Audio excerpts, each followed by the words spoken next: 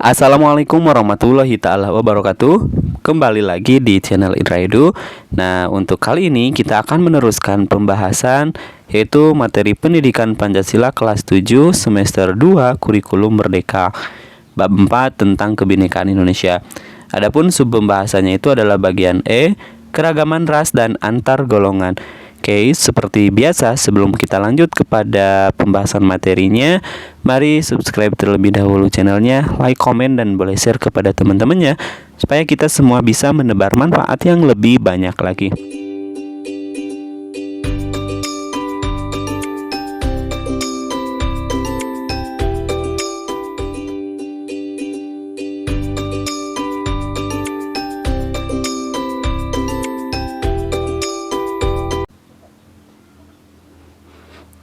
Nah, Bapak mengingatkan kembali peta konsep kebinekaan Indonesia, yaitu di bab 4, di mana peta konsep ini terbagi menjadi 6 sub, di mana sub 1 sampai dengan sub 4 sudah dibahas pada video sebelumnya. Untuk kali ini kita akan membahas tentang keragaman ras dan antar golongan.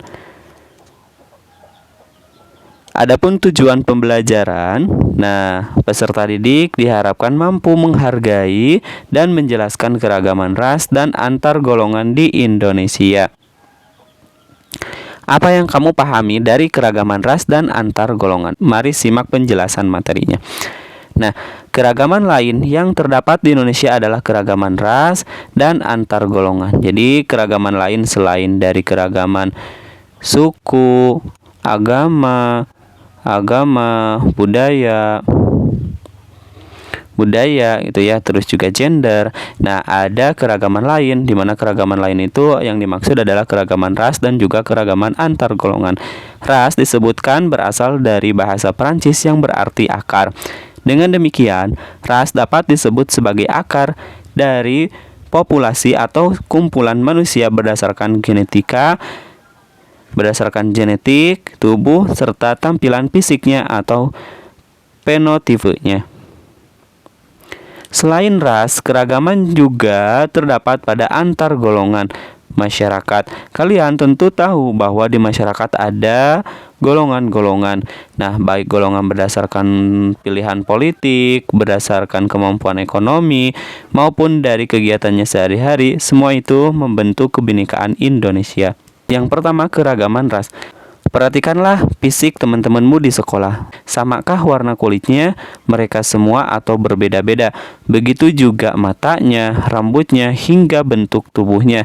Warna kulit, bentuk rambut, bentuk mata, hingga bentuk tubuh setiap orang berhubungan dengan ras masing-masing. Masyarakat Indonesia terdiri atas dua ras besar, yakni ras Mongoloid Melayu di wilayah barat serta Melanosoid Papua di timur. Ras Mongoloid Melayu merupakan ras utama suku-suku besar di Sumatera, Jawa, Kalimantan, hingga Sulawesi. Ras ini berkulit coklat kekuningan dengan rambut lurus dengan tubuh agak kecil. Nah, sementara itu, ras Melanosoid Papua menyebar dari Papua hingga Maluku, terutama di Kepulauan Kei dan Aru. Ras ini berkulit coklat kehitaman, berambut keriting dengan tubuh agak gempal di wilayah pesisir Papua hingga Maluku. Ras Mongoloid Melayu dan Melanosoid Papua telah bercampur selama berabad-abad. Campuran ras juga terjadi di daerah Nusa Tenggara Timur antara ras Mongoloid Melayu dengan ras Australoid yang masih berkerabat dengan ras Melanosoid Papua. Maka banyak suku di Nusa Tenggara Timur berciri seperti berada di antara ras Mongoloid dan ras Melanosoid. Beberapa suku kecil seperti Mentawai, Enggano, Kubu, dan Sakai di Sumatera hingga orang Tomuna di Pulau Muna, Sulawesi Tenggara disebut memiliki ras yang berbeda yakni Wedodid. Ras ini serupa dengan ras orang-orang Sri Lanka. Ras ini juga sudah bercampur dengan ras Mongoloid Melayu. Selain suku-suku yang dianggap asli karena sudah tinggal di Indonesia selama ribuan tahun, terdapat juga suku-suku keturunan asing yang juga sudah berabad-abad ada di Indonesia. Yang dominan adalah keturunan Tionghoa dan bersama keturunan Jepang dan Korea mewakili ras Mongoloid Asiatik. Juga keturunan Arab, India, hingga bangsa-bangsa Eropa yang mewakili ras Kaukasoid.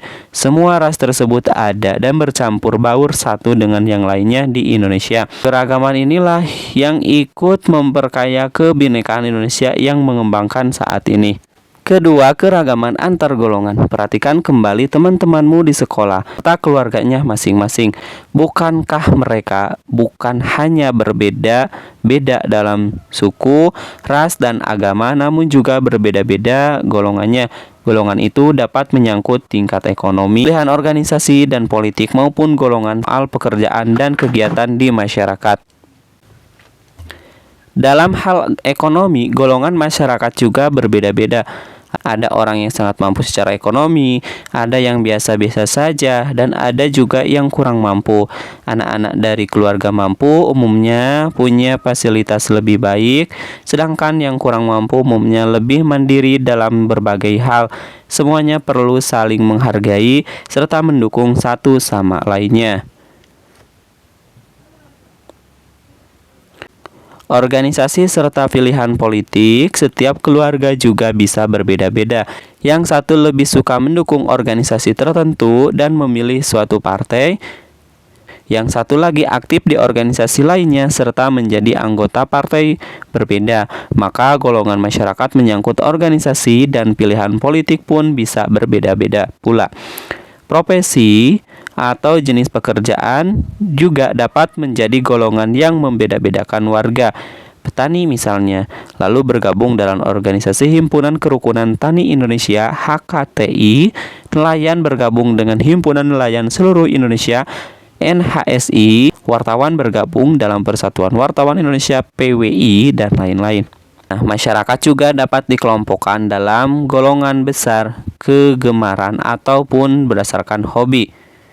Seperti hobi dalam fotografi, penyayang binatang, memelihara tanaman hias, mengkoleksi barang antik, bermusik, kerancangan busana, tata rias, memasak, dan lain-lain.